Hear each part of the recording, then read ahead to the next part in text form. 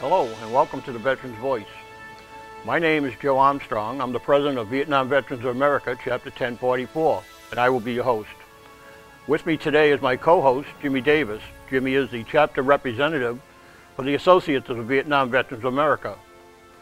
Before we begin, let me take a moment to tell you a little bit about Vietnam Veterans of America. Founded in 1978, Vietnam Veterans of America is the only national Vietnam Veterans organization congressionally chartered and exclusively dedicated to Vietnam-era veterans and their families. VVA is organized as a not-for-profit organization and is tax-exempt under 501c19 of the Internal Revenue Service Code. Our founding principle is, never again will one generation of veterans abandon another. Our goals are to promote and support the full range of issues important to Vietnam veterans and their families, to create a new identity for this generation of veterans, and to change public perception of the Vietnam veterans. There are over 50,000 individual members, 46 state councils, and 630 local chapters nationwide. We have 5 chapters here in Maine.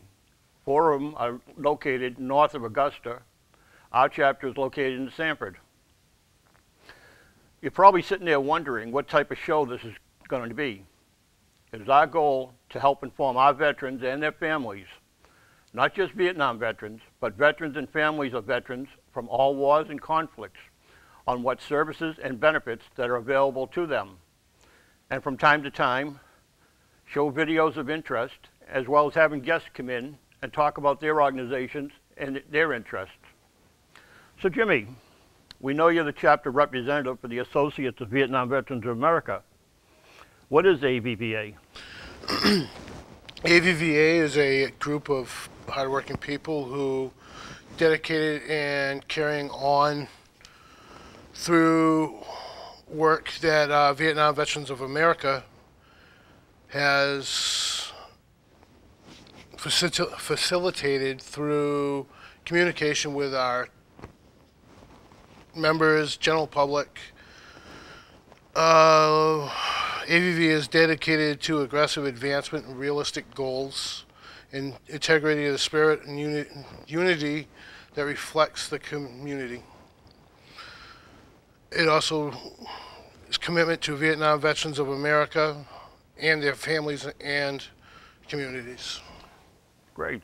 And who can become a member of AVV? Any person can become a member of AVVA, regardless of their age, race, creed. Persons who qualify for membership in Vietnam Veterans of America are accepted as voting members. Thank you. Where did the associate originate? The Associates of Vietnam Veterans of America began as a group in 1999. It was determined that large numbers of non-veteran members within a veterans organization did not meet the criteria of the 501c19. Thus, the Associates of Vietnam Veterans of America was established as an independent membership service organization. VVA pledged its support to this conjunct organization. Oh. How did VVA get started? AVVA is incorporated in January 1999. It is a 501c nonprofit. AVVA was granted tax-deductible status by the IRS in 1999. Thank you. Tell us a little bit about membership. Membership, there are 2 types of memberships in AVVA. You got a regular member who can vote, hold office within the chapter and committees. Other members who qualify for VVA membership. These members may not hold, or vote in office or committees. AVVA is in the process of changing the numbers for this class of members.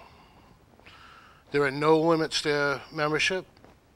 However, you must be 18 to hold a chair or vote. There are no requirements for membership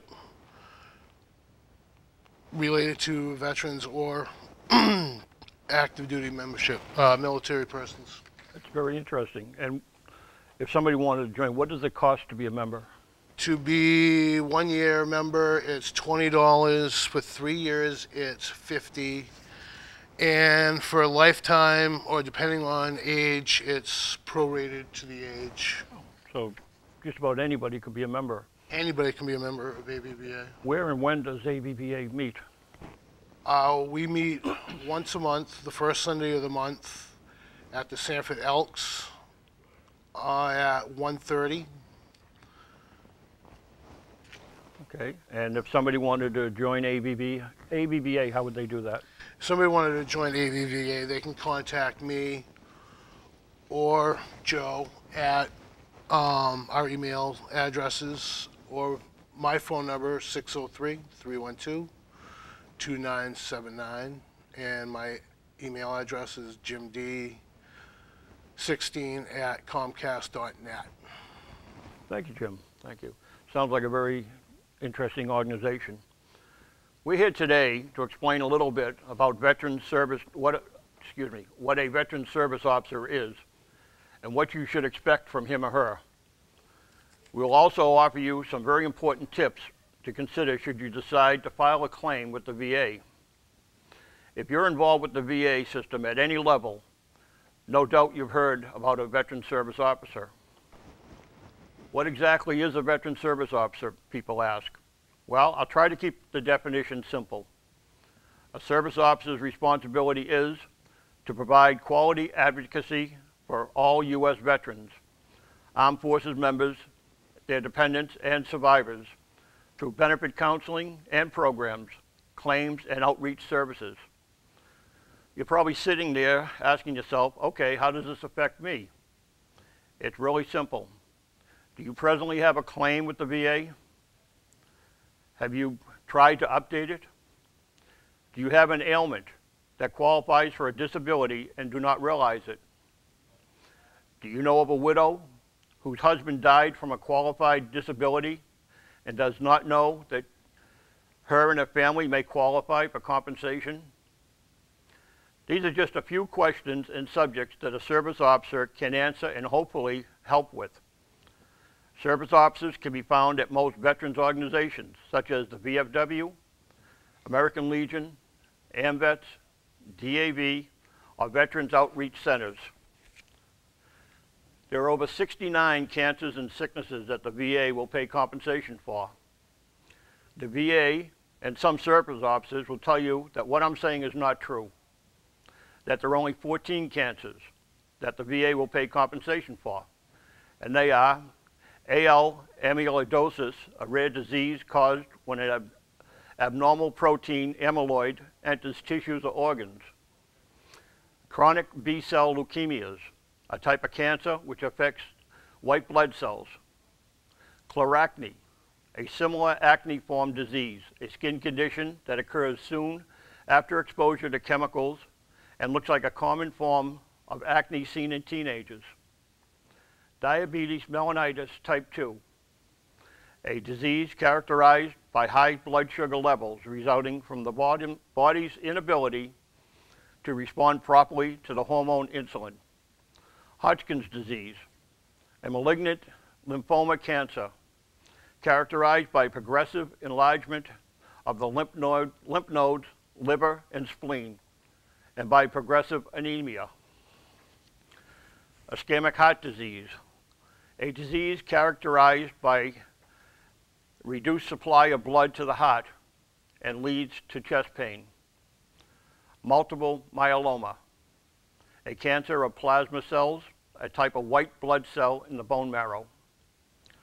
Non-Hodgkin's lymphoma, a group of cancers that affect the lymph nodes and other lymphatic tissue.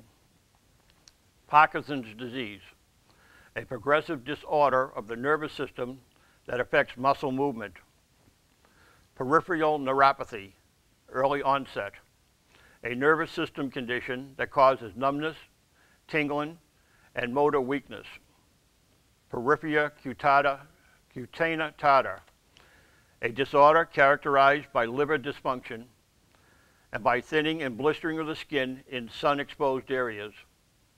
Prostate cancer. Cancer of the prostate, one of the most common cancers among men. Respiratory cancers, including lung cancer, cancers of the lung, larynx, trachea, or bronchi. Soft tissue sarcomas, other than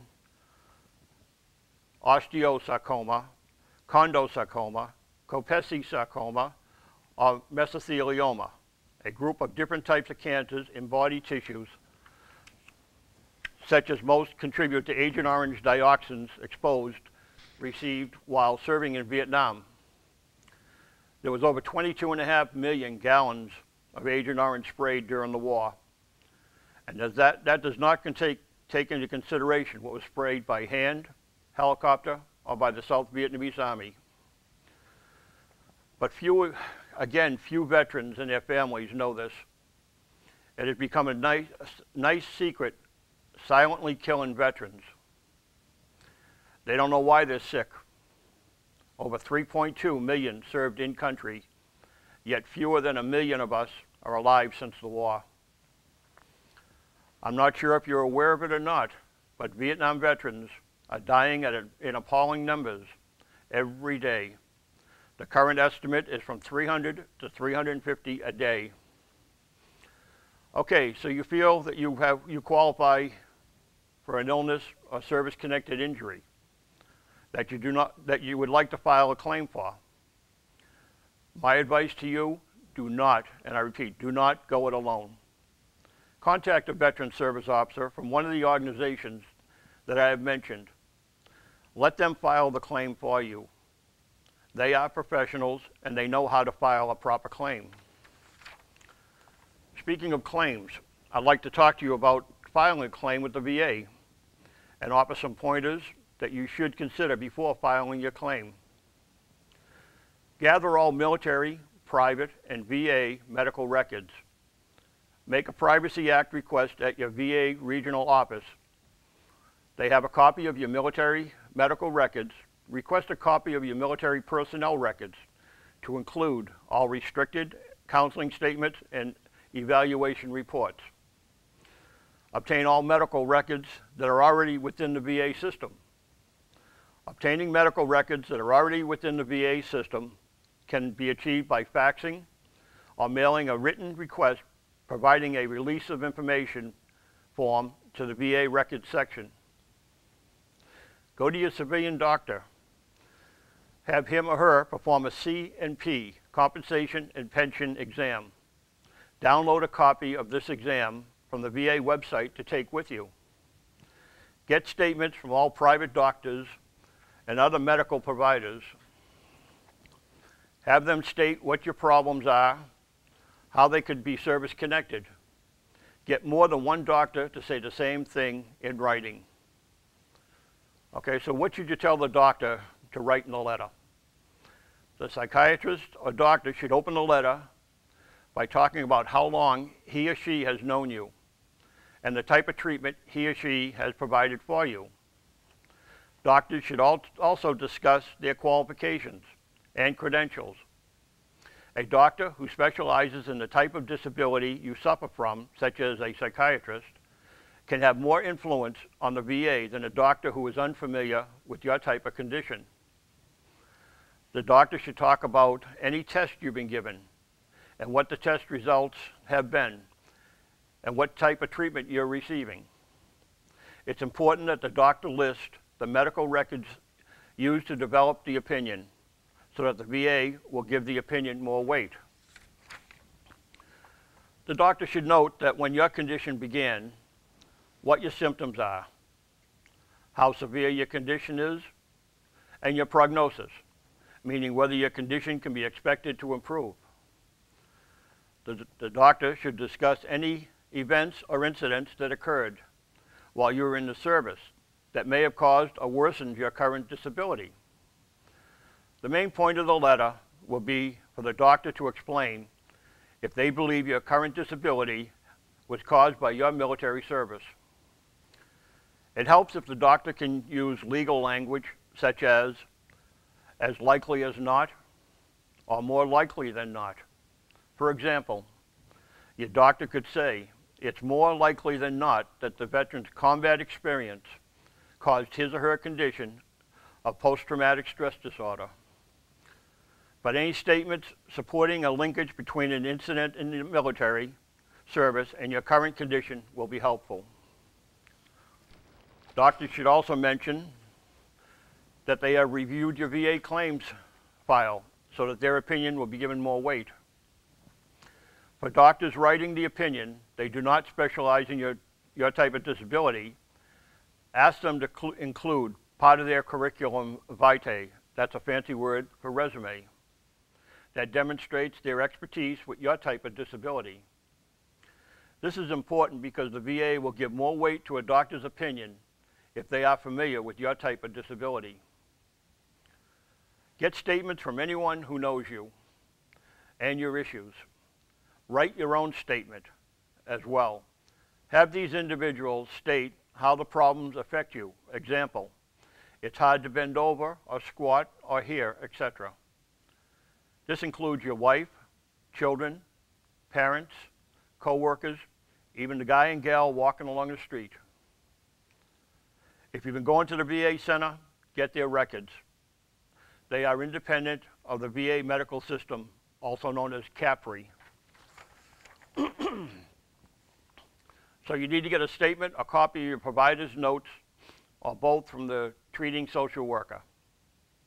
If you've gone to a voc rehab and you were evaluated by them, do a Privacy Act request and get all copies of the evaluations and anything else to include reports of contacts. Go to and look up the Board of Veterans Appeals, Court of Veterans Appeals, U.S. District Court, U.S. Court of Appeals, and Supreme Court decisions that affect your issues. If you've been seeing a counselor at the VA hospital, then get him or her to write you a statement of how bad they think you are. Plus, write up a statement on your own. Let the adjudicator know about your background, your stresses, and how it affects your daily life. Review your military records and make a list of every ailment that you had while on active duty. Note each biological hazard exposure you may have had. Cross-reference all your military ailments with your civilian ailments. If the problem persists or a secondary issue has cropped up as a result of the issue that developed during your time in the military, then you need to apply for that issue as a secondary issue. Describe left knee versus right knee. Go to the VA website and download all FAST letters, memos, and any other documents that will support your case. Bookmark them and download anything related to your claims. Go to and look up what your issues are and determine the percentage that you want to apply for. This is very important. Now, 98% of veteran service reps will tell you not to give a percentage. But if you don't ask for a percentage and you're awarded a 0% for an issue, you can't complain because you got exactly what you asked for, 0. Current law favors veterans. The VA fights it, but you can use this to your advantage. Invoke the VCAA, Veterans Claims Assistance Act. Read, understand, and learn what VCAA can do for you. If you are within 1 year of your VCAA letter you received, then you have a right to reopen up all cases. Don't let the time pass. You need to tell your story and how you were injured. You need to compile all your evidence of issue. Yellow highlight those portions that pertain to you and your issues. Cite this in your narrative. You need to write up a narrative of how you were injured, under what circumstances, and remember, who, what, when, and how. You are entitled to claim all periods of active duty, all periods covered under vocational training, and any injury suffered under the care of the VA for the purpose of disability claims. You need to list all periods of active duty to include ADT and reserve time. Go to the C&P, Compensation and Pension Office of your local VA hospital. If you're too far away, have them either email or fax the exam criteria to you. List every time you went to a doctor. Provide a copy of that medical record, highlight the medical record, and bunch them together in a group so the claims examiner does not have to hunt the information. You need to idiot-proof your claim. You need to give your claim to a third party and see if they can find holes in the arguments. Try to anticipate the weaknesses in the claim and find the law and regulation that turns the weakness into a strong point. After you've finished pulling all your information together, you need to find the organization that will represent you before the Veterans Administration. Don't try to go it alone. If there's any supporting evidence that you cannot find, either the veteran's representative can try and find it, or the VA is required under the Veterans Claim Assistance Act to find the documentation for you. You need to point out what documentation that is needed to assist you with, and you need to provide them enough information necessary to find it. Remember, who, what, when, where, and how. Whatever you do, do not give up. This is what the VA wants. They want you to get frustrated and give up. Remember, the squeaky wheel gets all the grease. When you finally sit down with your Veteran Service Officer, he or she will, or at least should, explain to you what a well-grounded claim is and the importance of it. A well-grounded claim consists of three elements that make up the legs of the well-grounded triangle. One is evidence that a disease or injury occurred while you were in the service. Two, evidence of a current condition. And three, a nexus or link between the disease or injury and the current medical condition. The reason for this is that a properly prepared and documented, well-grounded claim stands a much better chance of being approved. It's not enough to prove an injury or disease occurred in the service without connecting that injury or disease to a current condition. Conversely, it's not enough to prove that a veteran has a current medical condition without linking it to a disease or injury that occurred in the service, unless one of these apply. A, the claim is filed within 1 year of the veteran's separation from service, a presumptive period, or B, the medical condition is presumptive condition. Presumptive conditions are those that Congress has established as being caused by a particular service, such as certain types of cancers caused by exposure to Agent Orange dioxins in Vietnam. Unless you can apply all three legs of the claim triangle, the VA can and usually will deny the claim because it's not well grounded. Remember, the government and the VA are not giving you a thing. You earned and deserved compensation for your illnesses and/or injuries occurred while serving this great nation of ours. Speaking of the VA, here's a little information of interest. The VA is introducing a new secure identification card called the VHIC, the Veterans Health Identification Card. The VHIC replaces the Veterans Identification Card, which was introduced in 2004. VA is committed to providing the high quality, safe, and effective health care veterans have earned and deserve. And part of this effort includes ensuring personal security for veterans. As part of the phased rollout, on February 21st, 2014, VA began issuing the newly designed, more secure VHIC to newly enrolled and other veterans who were not issued a VIC. Starting this month, VA will begin replacement efforts to automatically mail the more secure VHIC to veterans who have the old VIC. All veterans who are enrolled and have the old card should have their new replacement card by July. VA expects to complete the mailings of replacement VHICs by July. To ensure receipt of the new VIC, enrolled veterans should make sure that the VA has their correct mailing address. The new VHIC is distinguished by additional security features and will have a different look and feel. The Social Security number and the date of birth were removed from the barcode and magnetic strip. Similar to the typical health insurance card, the VHIC displays the veteran's member ID, a branch of service emblem, a new unique identifier, as well as a plan ID which reflects the veteran's enrollment in the VA's health care. The VHIC is for use in VA medical facilities and does not authorize or pay for care at non-VA medical facilities.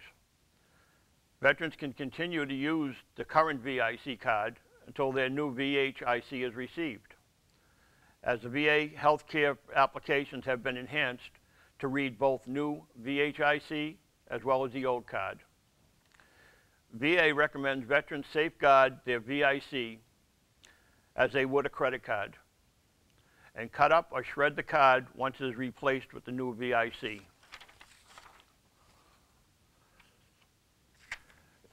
If you'd like more information on anything that we're talking about, please email me at president@vva1044maine.org with your mailing address, and I will send you a copy.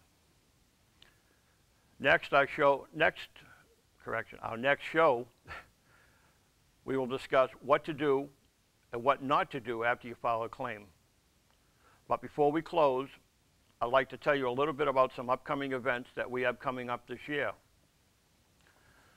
On Saturday, April 12th, join us as we sit down and enjoy a fabulous spaghetti dinner with meatballs, salad, dessert, and beverage, all for the fantastic price of $6 for adults, $3 for children. The dinner will be held at the St. Ignatius Hall, 25 Riverside Avenue, Sanford, from 4 to 6 p.m. All money raised goes to helping veterans and veterans' families in need. Jim, do you have anything that you'd like to inform the viewers of? We have a few upcoming events that we'll be doing. Saturday, April 26th, a chapter will be setting up a informational table at Shaw's and Demoulas in Biddeford from 9 to 2. Sunday the 27th, we will be setting up an informational table at Shaw's in Biddeford, again from 9 to 2. On Saturday, April 12th, the AMVETS Post No. 2 in Yarmouth will be presenting benefits for an open house in the Woods Military and Family Retreat from 7 p.m. to 11 p.m. The benefit will be held on 148 North Road, Yarmouth. For more information, call 207-738-4421 or 207-570-4806. Saturday, May 24th, Vietnam Veterans of America, in cooperation with Mid-Coast Veterans Council and Brunswick, Maine, will conduct a Fallen Warrior ceremony at P3 Park, located in the southwest corner of Pegasus Street and Admiral Finch Avenue at the Brunswick Landing. This will be held from 1 p.m. to 2 p.m. We'll have Governor Paul LePage as our guest speaker. All of our events are listed on our website at www.vva1044maine.org. As you can see, we're going to be a very active chapter and have a lot of events planned. If you like to put on our event, if you would like to put our events on your calendar, please email us at president@vva1044maine.org, and we'll keep you updated. Our chapter also has a monthly newsletter we publish on our website. If you'd like to read the newsletter and find out more information about the organization and our events, go to the website vva1044maine.org. Thank you, Jim. And thank you for watching The Veteran's Voice. I'm Joe Armstrong. I'm Jim Davis. And until the next time, keep up the good fight.